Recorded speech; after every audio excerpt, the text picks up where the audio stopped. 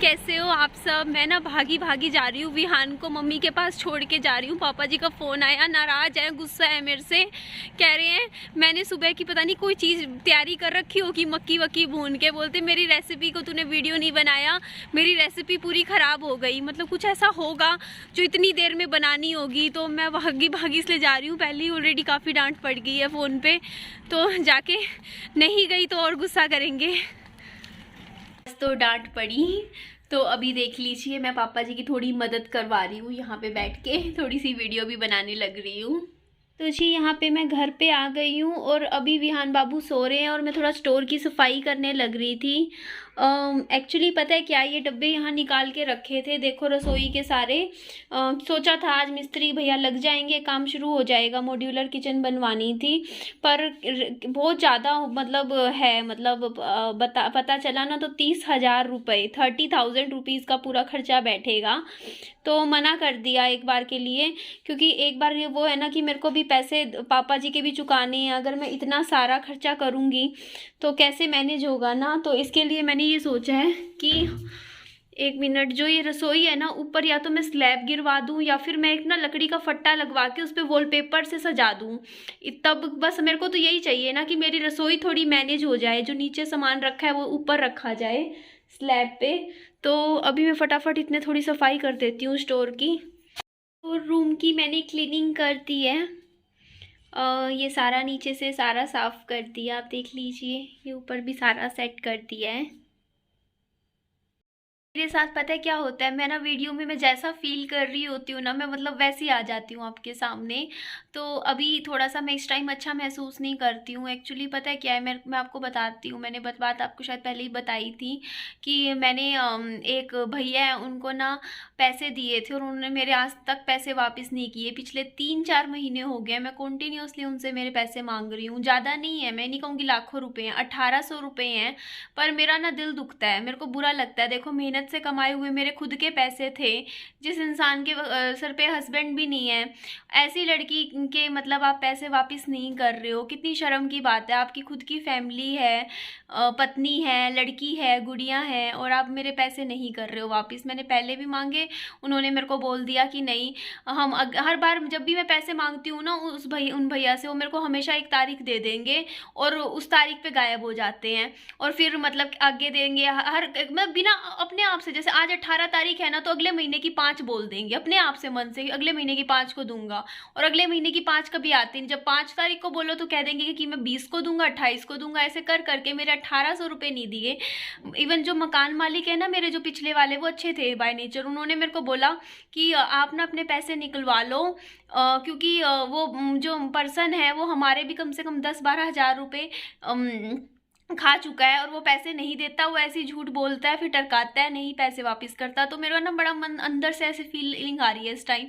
मुझे लग रहा है कि यार मतलब मैंने, उस इंसान ने मेरे से पैसे मांगे, मैंने उसी वक्त निकाल के दिए उस इंसान पे भरोसा करके, और वो इंसान मुझे देखो एक तरीके से मेरे को ठग लिया ना उस इंसान ने मेरे को झूठ बोल के।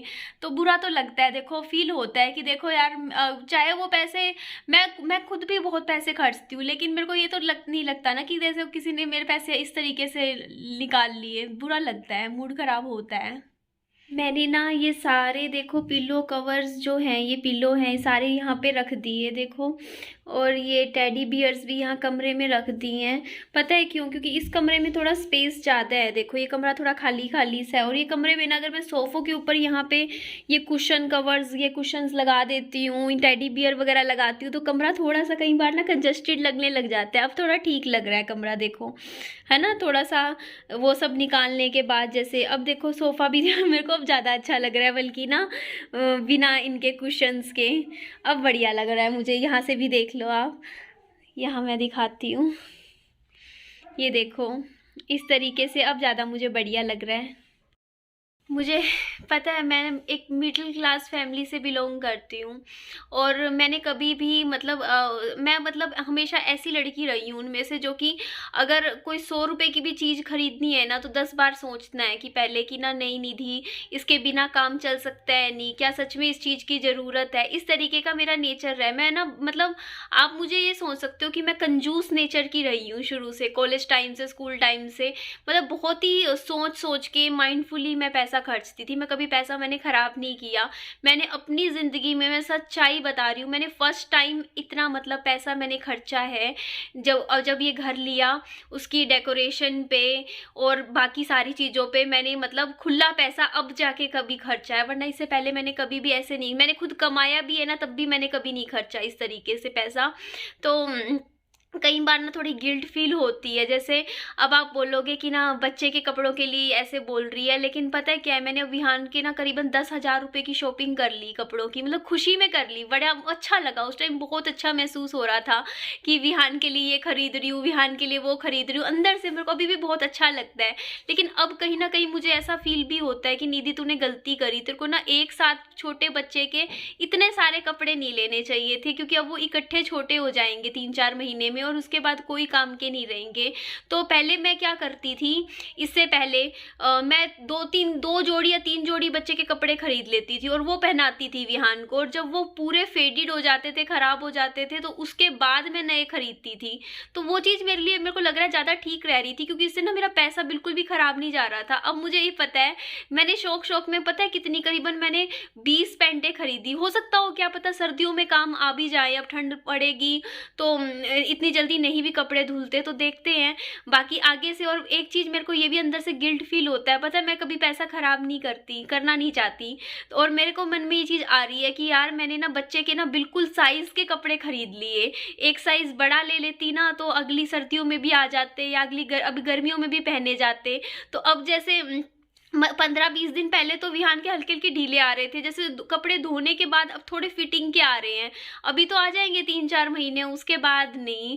और इतने पैसे भी लगाए, तो मतलब थोड़ा सा ना मेरे को अंदर से मेरे को दुख होता है इस चीज़ का। मुझे लगता है काश निधि थोड़ा समझदारी से काम ले लेती, एक साइज़ कपड़ों का बड़ा ले आती, तो बच्चे के ना कम से कम लाए हुए कपड़े साल तो चलते, 1 साल तक तो पहनाती, और थोड़े कम जोड़े खरीदती, बचा के रख लेती हाथ में पैसे। चाहे विहान के लिए कपड़े खरीदने थे ना तो करीबन 2 महीने 3 महीने बाद थोड़े थोड़े करके खरीद लिया कर। अब मैं यही गलती मैं दोबारा कभी नहीं करूंगी। अब जैसे मेरे को, अगर मैंने विहान के लिए 5,000 रुपये रख रखे हैं कि हाँ इसमें विहान के कपड़े खरीदने हैं, तो मैं ऐसे नहीं करूंगी कि इकट्ठे ही 5 के खरीद लिए, नहीं, कभी 1,000 के खरीद लिए, वो 2 महीने पहनाए, फिर 1,000 के खरीद लिए। इस तरीके से थोड़े थोड़े करके थोड़ा माइंडफुली चलूंगी, क्योंकि मुझे अब आपके थोड़ा सा ध्यान देना है, खर्चों का देख के चलना है मुझे। आपसे कुछ इम्पोर्टेंट बात भी करनी थी, मुझे लगा इस ब्लॉग का एंड भी मैं कर दूंगी, और बस कुछ बात करनी थी मैंने आपको मतलब पापा जी की वीडियोस में या मम्मी की वीडियोस में कुछ कुछ चीज़ें पता चली होंगी कि कुछ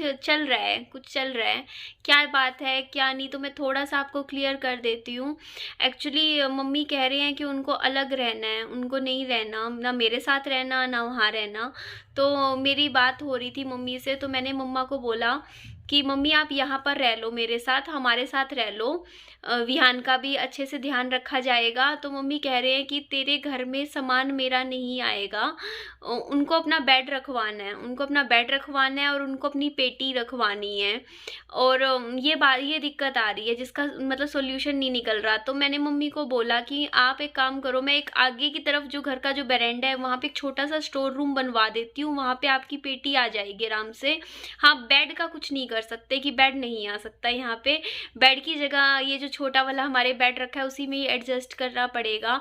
पर मम्मी ऐसे बोल रहे हैं कि नहीं, मेरा सामान बहुत ज़्यादा है, वो नहीं अरेंज हो पाएगा, मतलब यहाँ छोटा घर है, मैं एक ना छोटा सा सेपरेट ले लेती हूँ। एक्चुअली याद है मैं पहले जिस घर में रहा करती थी आपको याद होगा ना, वो तीसरी मंजिल पे था, छोटा सा था बिल्कुल ही, जिसका मैं करीबन 2300-2600 ऐसे कुछ रेंट पे किया करती थी। तो उनसे फिर मेरी मम्मी ने बोला कि ना बात करवा दे एक बार, मेरे वो तेरे जो पहले वाले मकान मालिक थे। तो मैंने बात करवाई, तो मम्मी ने उनसे बात करी, तो उन्होंने ना मम्मी ने बोला कि मैं अपना सामान वहीं पे रखवा दूंगी और रेंट देना शुरू कर दूंगी, किराया देती रहूंगी जब से सामान रखवाऊंगी अपना। तो उन्होंने भी हाँ कर दी, बोलते ठीक है आप बैठ जाओ और किराया देते रहना।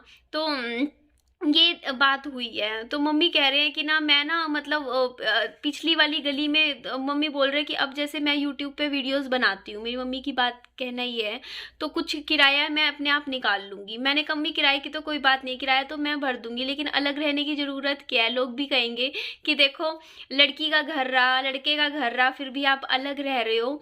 तो मम्मी बोलते हैं कि ना देखो मैंने ना अपनी ज़िंदगी में मतलब काफ़ी ज़्यादा मतलब होता है नहीं, मुश्किलों भरी लाइफ जी, मतलब कुछ ना कुछ ज़िंदगी में होता रहा, टेंशन्स रही। बोलते अब मैं अपनी लाइफ का जो टाइम है, बचा हुआ जो भी ज़िंदगी का टाइम है, उसको थोड़ा सा अकेले अपना ऐसे इस तरीके से निकालना चाहती हूँ, और मैं नज़दीक की नज़दीक रहूँगी तो विहान की टेक केयर भी होती रहेगी। और मैंने शायद आपको एक बात भी बताई थी, मुझे ऐसा फील हो रहा है, मुझे नहीं पता ये बात सही है नहीं, क्योंकि कल तक मेरी मम्मी राजी थे मेरे साथ रहने के लिए।